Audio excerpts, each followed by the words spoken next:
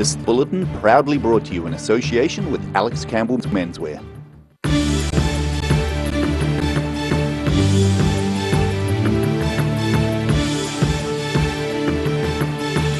Tonight on The South Today, Aaron Hawkins was officially sworn in as Dunedin's new mayor, with family, friends and members of the community packing out the gallery.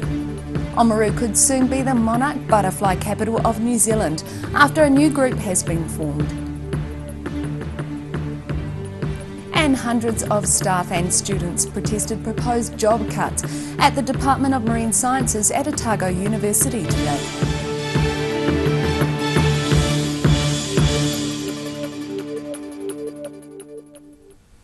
Kia ora, good evening, I'm Melissa Barton. Aaron Hawkins was officially sworn in as Dunedin's new mayor. Family, friends and members of the community packed the first council meeting for the official swearing-in of mayor and councillors. The youngest ever and first Green Party member to wear the robes of Dunedin's mayoral office. Aaron Hawkins delivers a State of the City address to a packed room after being sworn in as mayor. This council inherits significant projects that are set to deliver on these ambitions. The Central City upgrades and tertiary streets projects, significant flood mitigation work in South Dunedin, the South Dunedin Library, the Mosgiel Pool, supporting cheaper bus fares and encouraging more inner-city residential development. There are also many multi-million-dollar projects planned for the city which will be outside the council's direct control. The Central City rebuild of the Dunedin Hospital, a major capital works program at the University of Otago, the completion of the shared path to Port Chalmers. Hawkins has already appointed various councillors to committee chair roles, each receiving a bonus of over $14,000. Hawkins' main electoral adversary, Councillor Lee Vandervis, has not been offered any committee chair positions and spoke out against a remuneration package. I believe that it's a mistake to significantly increase remuneration in respect of chairs' positions, and that it tends to create an A team, B team situation on council, which I think has been anti-democratic and unhelpful in the past. The motion to approve councillor remuneration was passed, with all but Vandervis in favour. In Dunedin, The South Today. Despite councillors being officially sworn in yesterday, the final makeup of the Queenstown Lakes District Council won't be known until next week. The council held its inaugural meeting at the Lake Hayes Pavilion yesterday, with Mayor Jim Bolt back at the helm. A manual recount for the 6th Wakatipu ward seat will be held next week after candidate Glyn Lewis lost to AJ Mason by just one vote. The recount is due to be held at Queenstown District Court on Monday, and Mayor Jim Bolt says it could take 2 days to complete. 4 new councillors, including Mr Mason, were sworn in yesterday. Wanaka Councillor Callum McLeod was also reappointed Deputy Mayor for a second term. Oamaru could soon be the monarch butterfly capital of New Zealand. A newly formed group called Friends of the Monarch Butterfly say the first step is to grow more swan and nectar plants around the town. Visitors to the Oamaru Public Gardens in August were treated to a mass of monarch butterflies taking a break from their hibernation to feast on the nectar of Scottish heather plants. A long-serving volunteer at the nearby Waitaki Community Gardens has been busy growing over 1,000 swan plants in various places around Oamaru to help build up butterfly numbers. Without swan plants, you haven't got caterpillars, and without caterpillars, you haven't got monarch butterflies. A group called Friends of the Monarch Butterfly want Oamaru to become the monarch capital of New Zealand, and Martin has a 2-year goal to make sure anyone who supports the project can have at least 6 swan plants growing in their garden. We started out to grow just a few, then we thought about the hundreds, but now we're into the thousands. The community support has been great. We had great support from the local district council, and Rotary has sponsored it. And Yates have been a great supporter. It's supplied us all the seeds and so forth for our project so far. We love butterflies! Maria Romero visited Oamaru's Fenwick Primary School yesterday to teach about the life cycle of the butterfly and what pupils could do to increase local butterfly numbers. It's just bringing the awareness to the children to have the magic of the life cycle of monarch butterfly in their classrooms every day throughout the summer, because it teaches them so much. It connects them to nature, and it's an entrance to the doorway into nature. When you're learning about the swan plants and the caterpillars, they become engrossed, and actually it shows empathy and caring, and they know they want monarch butterflies for future generations, and by learning about the life cycle in their classroom gives them all the tools to continue to do it with their parents at home or in their own gardens, so they're inside in the gardens and stuff. Oamaru's bid to become the monarch butterfly capital of New Zealand has strong backing from the Monarch Butterflies of New Zealand Trust, especially as they say monarch numbers appear to be declining in most parts of the country. In Oamaru, the South Today. The Dunedin City Council is looking for developers interested in building a hotel on an inner-city car park. The council-owned car park on the corner of Moray Place and Falloil Street could become the site of a 5-star hotel. The council hopes the design will incorporate street-level retail, and developers may build other structures on the site. In 2016, Tekapo businessman Anthony Toswell tried to win support for a hotel on the site. However, his 17-storey glass tower ran into opposition from critics, worried about its height and visual dominance. Staff and students at the Division of Marine Sciences at Otago protested against proposed staff cuts this afternoon. Submissions closed this afternoon on whether the cash-strapped department should downsize its staff number to save money.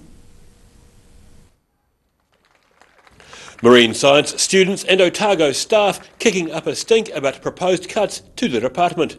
They're looking at different parts of the division as different units and asking not about strategy or direction, they're asking about finance and then going on from there.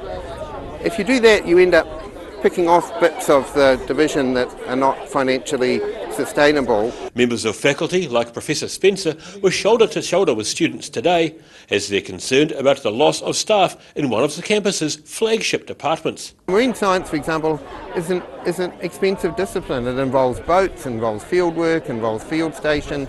That's always going to be an expensive thing to do. And so I think there's a good argument there for taking a wider view, looking at sciences as a whole. Professor Spencer lectures from the zoology department and says in this case the university is putting money ahead of education. Second-year marine science student Tyler Ferry is one of the students directly affected by the proposal. He spoke to the hundreds of students gathered on campus today, speaking passionately in defence of his lecturers, describing the proposed cuts as evil. And they're promoting the lecturers who are on the line. They're promoting articles and papers and all these awards that they've won, saying here's this excellent person, aren't they wonderful? They're studying at Otago, but what they're not saying is that we're actually thinking about making them redundant, which is, it's terrible, it's hypocritical, it's just evil. Otago is proposing to review 8 of the department's 16 permanent academic positions and cut 3 full-time jobs as part of a bid to reduce the department's deficit. Tyler Ferry says the staff are all experts in their field. The lecturers, they're second to none. They're just the most amazing, intelligent people I've ever met. It has been a privilege to be taught by them, to learn from them. They're so knowledgeable about a diverse array of things. It's just wonderful, and they're such kind people as well. Between 2013 and 2018, more than $12 million worth of deficit accrued in the Department of Marine Sciences, with another $4.2 million due to accrue this year. Submissions on the proposal closed at 5 p.m. today. In Dunedin, the South Today.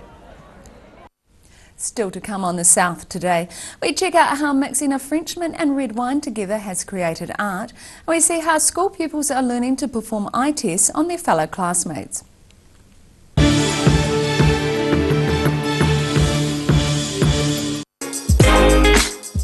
Larnac Castle is proud to showcase their new retail space.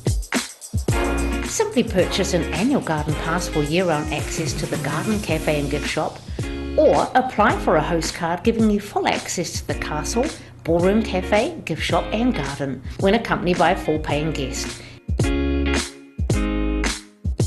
Check out the website for full terms and conditions. Every reason, every season, we're proud to dress the region. Alex Campbell Menswear, it fits.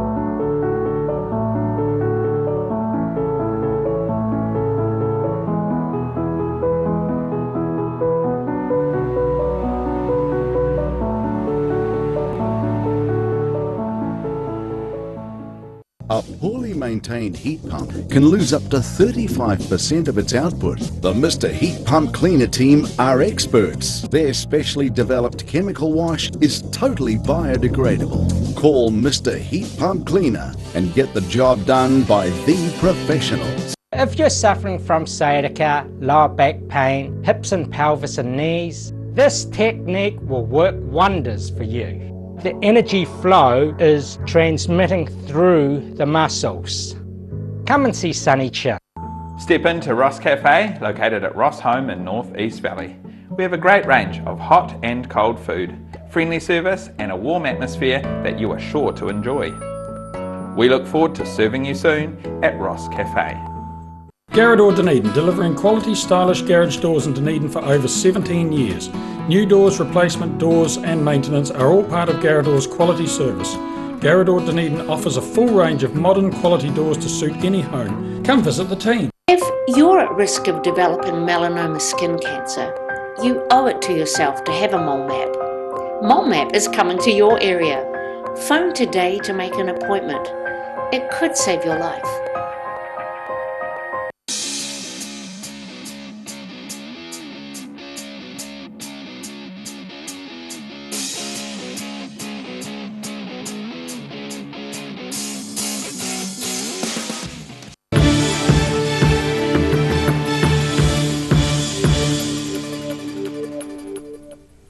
Welcome back. New Cromwell resident Yannick Foubet was already creating art in his native France when he saw someone working with large pots with rope on wooden frames. After supplying his mentor with red wine, he was taught some secret techniques which he now uses in Cromwell. From heavy source material to an industrial-sized cake mixer. So the journey begins for one of Yannick Foubet's large pots in his Cromwell workshop. Years ago, back in his native France, Foubet noticed a fellow potter using a technique which intrigued him. So he employed an old method of loosening his countryman's tongue. So I had the idea to just go get a pitcher of rosé and a bottle of water. And I sat next to him nonchalantly and I said, you know, would you like to have a glass of wine? And he said, yes, definitely. He recalls it was a hot day and the gifts of water and wine went down well. Foubet says his own method of pottery making was different and he was keen to learn the skills from the old master. He said, you know what, in 10 years of activity, he was an old farmer.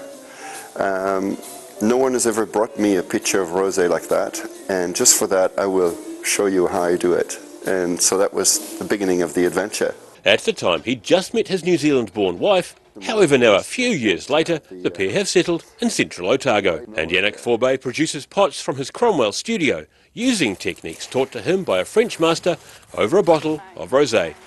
In Cromwell, the South Today. The Otago Polytechnic is developing an eyesight testing program that primary school pupils can do by themselves. Occupational therapy professor Mary Butler says preliminary trials have found several children who have been overlooked during the latest government tests of school children. Tahuna school pupils being shown how to conduct simple but effective eye tests on each other. The school is trying out a program developed by the Otago Polytechnic for pupils to eye test themselves. Professor of Occupational Therapy Mary Butler was surprised to find, despite pupils having their eyesight tested earlier this year, several would probably benefit from wearing glasses. So we expected, our hypothesis was there would be no children who needed to go to see an optometrist, and in fact a significant number, we haven't got the exact numbers yet, but we think about 8% of the children very urgently need to go to see an optometrist. The pupils were shown how to conduct eyesight measuring tests at a specific distance and then record the results. Butler would like to see the testing adopted at all schools as part of their scientific program, as it helps pupils understand scientific research principles. Doing this, the children learn about fair testing. If you can see what they're doing here is they're being very careful. They're learning how to accurately take results. They're learning about the need to measure accurately. She says it's important to have tests such as this one to identify school pupils who would benefit from being given glasses. Any child who needs spectacles should have them. It's a very cheap solution to a child who might otherwise be identified as having behavioural problems or other kinds of learning difficulties. If the problem is as simple as a pair of glasses, we should be giving them to them. It's hoped the program will take off nationwide and be used by schools all across the country. In Dunedin, the South Today. After the break on the South Today, big changes are planned for Dunedin's annual ID Fashion Week, and we see what the weather has in store for you this weekend, so stay with us.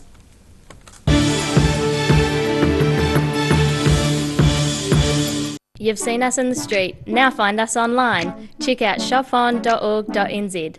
We have all sorts of treasures, from retro and vintage clothing to antiques, homewares and accessories. New items added every week. We're open 24/7. A poorly maintained heat pump can lose up to 35% of its output. The Mr. Heat Pump Cleaner team are experts. Their specially developed chemical wash is totally biodegradable. Call Mr. Heat Pump Cleaner and get the job done by the professionals. Step into Op Shop on St Andrew and discover a place with plenty of bargains for yourself, your friends and the whole family. We have new items arriving every day. Visit us for a fabulous range of economy and upmarket clothing, accessories, books, shoes and more. Shop with us and support your community.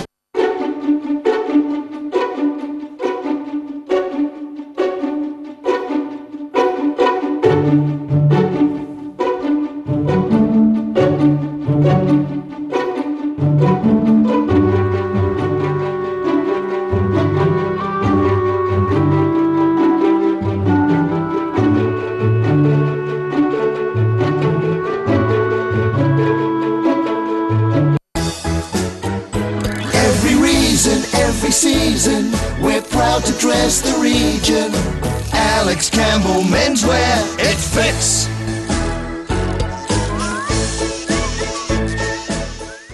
When it's time to say goodbye to your pet, Heaven Sent Pet Cremations are here to help you through this difficult experience.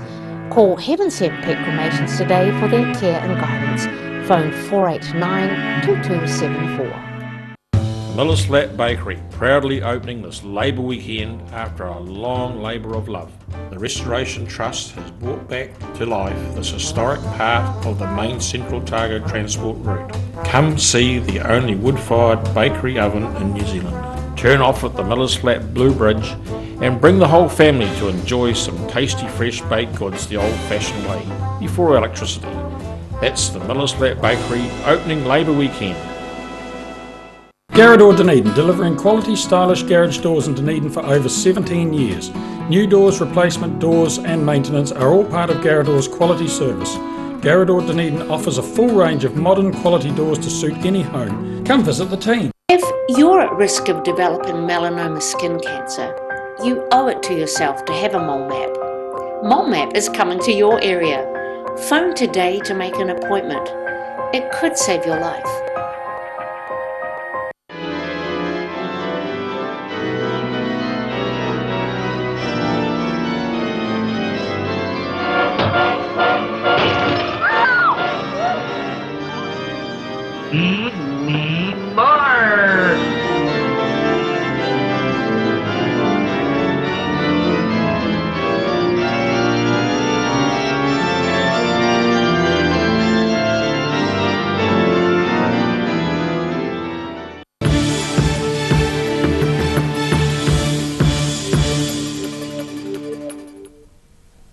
Thanks for staying with us. Dunedin's annual ID Fashion Week is set to be split in two. The event's future is shaping as a midwinter show for emerging designers and a summer event for established designers. The thinking behind the move is to use the Emerging Designers event to attract people to the city in the tourism off-season. Organisers are looking at returning the summer event back to what is said to be the world's longest catwalk at the Dunedin railway station. And they're hoping the weather around February may provide a warmer summer environment to watch the show. The last show held at the railway station was in 2017. The event was then shifted to the Town Hall in 2018 and the Regent Theatre this year. Organisers say they found the Regent Theatre was not ideal for their type of show. And now recapping tonight's top stories on the South Today. Aaron Hawkins was officially sworn in as Dunedin's new mayor, with family, friends and members of the community packing out the gallery. Oamaru could soon be the monarch butterfly capital of New Zealand after a new group has been formed. And hundreds of staff and students protested proposed job cuts at the Department of Marine Sciences at Otago University today.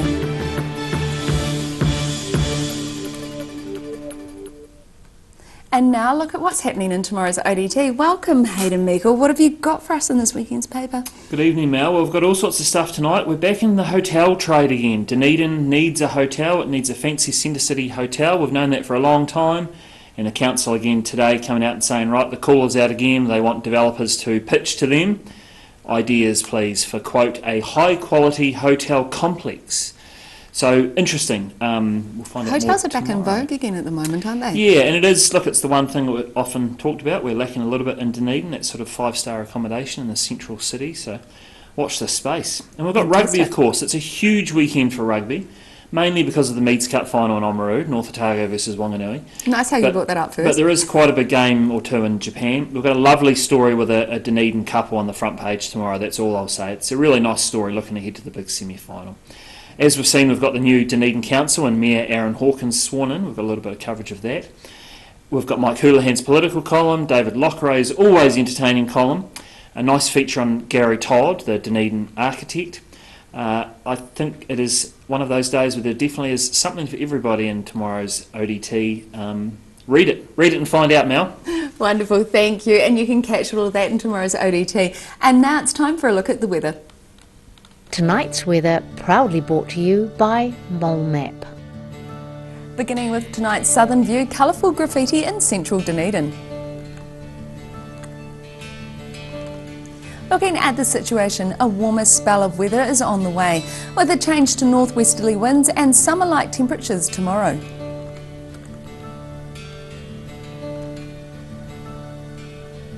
Starting off at the northwest of the South Island, Greymouth and Westport are set for grey skies and 16 degrees.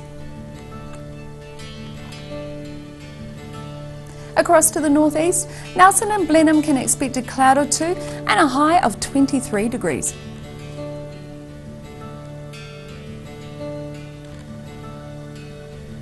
Moving down to Canterbury, you'll have some cloudy skies across this area. Kaikoura and Christchurch you'll set for 19. Ashburton you can also expect a cloud or two, but a very nice 24 degrees.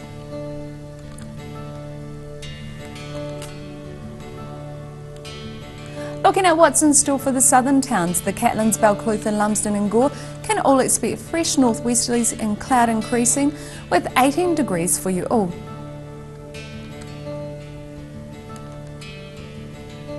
Travelling westwards to the Central Lakes region. Plan for cloud increasing here too. Wanaka 18, Queenstown 17, Alexandra should expect 19 degrees, while Tiana you're set to reach 16 degrees and sorry to say you can expect a bit of rain later.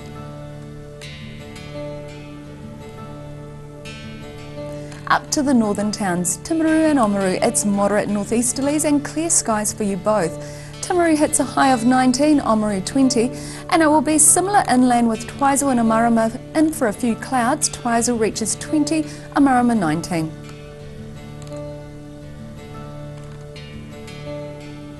In Dunedin, fine and cold tonight and an overnight low of 3 degrees. Warm tomorrow with mostly sunny skies, but high cloud increasing late in the day. Moderate northeasterlies for much of the day. Planned for a high of 21 and a low of 11. Sunday, rain developing during the afternoon, then a cold southwesterly change in the evening. Looking at a high of 19 and a low of 9. And in Invercargill, mostly cloudy tonight with an overnight low of 5. Fine with cloud increasing on Saturday and warmer northwesterlies freshening. Rain develops at night with winds becoming stronger, a high of 18 and a low of 11. And it's cloudy on Sunday with periods of rain and fresh northwesterlies at first, easing to showers during the morning with colder southwesterlies later on, a high of 15 and a low of 8.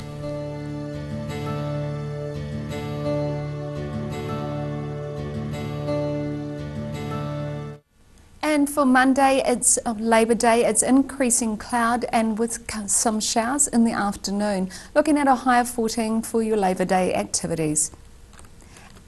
And that's all from the South Today team for this Friday. We're back on Tuesday after Labour Day Monday. For the latest news from the Southern region, head online to odt.co.nz and follow Channel 39 on Facebook and YouTube. Have a great evening and Labour Day weekend. Ka kite anō.